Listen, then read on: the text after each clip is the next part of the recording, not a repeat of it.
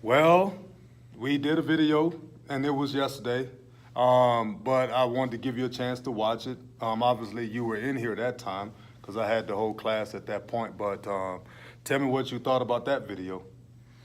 I think you're spot on because being your mentor, you're right in the lines with the things that have already been implemented in the class, and then you're adding your own things to it too, which I think is very, very good. So it shows them doing a nice workout. Everybody's kind of responsible for their own workout. It's a little bit of a rush workout, so they have to raise their heart level.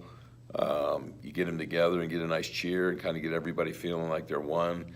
So they're all doing their individual assessment of themselves, of what they're capable of doing, how many reps they're doing, and then you're bringing them back together as a class, and then you're putting them out there on the dots.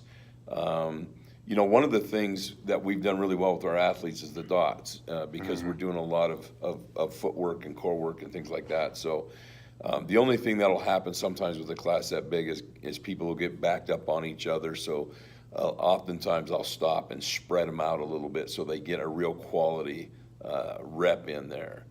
So if you go back and look at your film, you'll see it toward the end, and you'll get non-athletes with athletes, so the athletes will blaze right through, or the athlete is being held behind a person that's not in good enough shape yet or fast feet, so they're not really getting a quality rep out of it. So something where you can put a space in between them to everybody's getting what the full capacity of what they need for their ability. Right. So my thought process on that, and the reason why I paired those two types of people together is because the athlete or the student that has the most experience doing it could actually help the other person. Right. So that's kind of, I wasn't looking at it from that standpoint, but that's a good point. Right. But also the whole point I was trying to make was for them to help each other when they needed it. Yep, I like that. So as we collaborate here, maybe another idea on dots is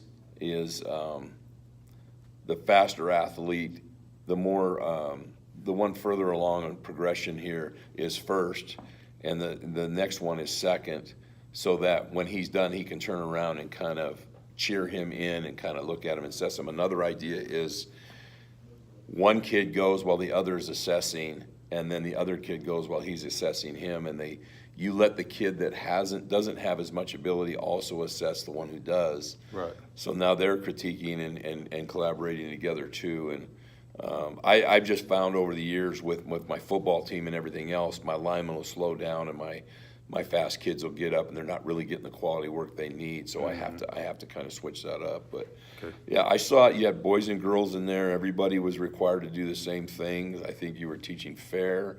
I think you were teaching precise. You got them into some running at the end to heat up the muscle, and then the film didn't show, but you finished with a good, nice stretch. And we don't stretch cold athletes, as you know here. We stretch warm athletes, muscle strongest under stretch, kinesiology. So I like that you've got the same focus that I do on we want to make sure the athlete's really warmed up and the muscle is strong before we start stretching. Cool. Now, that sheet you have in your hand is the list of the standards 6, 7, and 8, and there's a few guided questions here that I like to base my lessons off of and make sure I hit those as good as I possibly can. So if you can look at those if you want it. So does the candidate use the proper assessment methods to engage students in their own growth, monitor student progress, and guide the candidate planning? And I absolutely think you did that all the way around from all the things I just said. Okay. I think you're on the very top of that. Right. And have been throughout this. You're using some of the things I have from my 36 years, and you're using your things that have worked for you as an athlete and a young teacher. So I think all of the things are really looking good. Okay. It's so important that you take from somebody and then you assess, you mold it into what you've already feel like you have, and then you look beyond that to something else. I use a lot of YouTube and a lot of different things to give me new ideas like that, as you do too. So we've talked about that before. Candidate designs assessment to meet learning objectives and give usable data that will give the candidate. And as you know, in PE and physical fitness, and it's ever changing and I don't want to say changing like it's throwing something away. It's just always evolving. There's always something better coming. Right. So I'll let you read this. And so the standard 7 is planning for instruction, and there's a couple of guided questions here. One of them is, does the candidate draw upon knowledge of appropriate instructional strategies and technological tools to plan instruction that supports each student in meeting rigorous learning goals? Yeah, and I think you do that really well, because when we started this, I didn't sit down and tell you, this is what you should do. You sat and watched some of the things I've done. You've used some of the things that you liked, and you've implemented into things that you've learned and liked, and you've kind of used the collaboration there, and you've scaffolded things into where you need them, and you're teaching your own class, and I see a lot of strength there.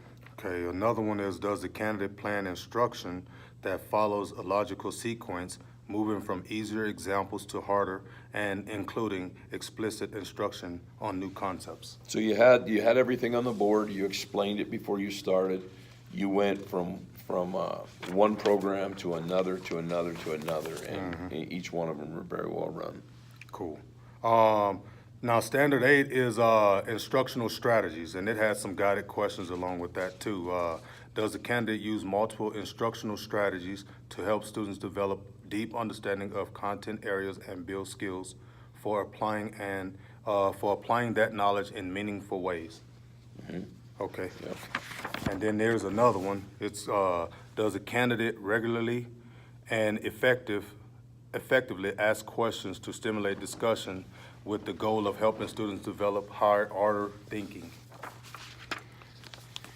And I don't know if I understand all of that, but I have seen you talk to kids after they're done with the work. How'd that feel? Are you sort of you're checking in with them individually, seeing how that felt for them, where one person could say it was really positive, another could say, yeah, it hurt really bad today, and it could be from lack of good protein and complex carbohydrates. Right. But you're checking in with them individually and as a group, and that's good. And so another thing too, I mean, I'm thinking what this means is, so like when I have the questions up, asking them about the muscular endurance and the muscular strength, cardio endurance, stuff like that, and why do they think they need to lift weights or work out, all the time, or the ability to lead, stuff like that. I think that's what this is pretty much asking in terms of that, and I think I do expect a discussion.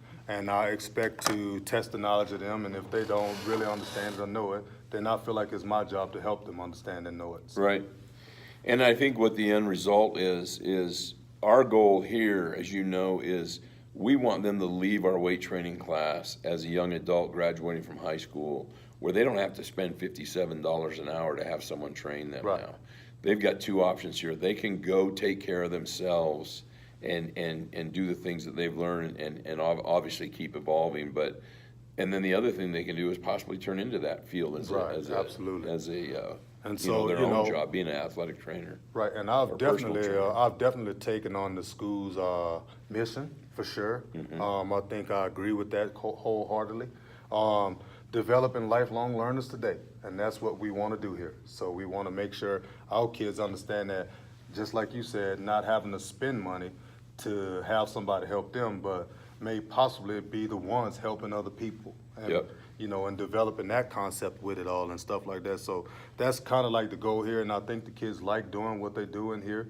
Obviously, we had a bigger class than normal, and that's always a plus. Now, I was a little nervous when I saw all those kids, but that was great. I agree, and you're spot on. That's what we are, Hebrews. All right, thank you, bro. I appreciate it.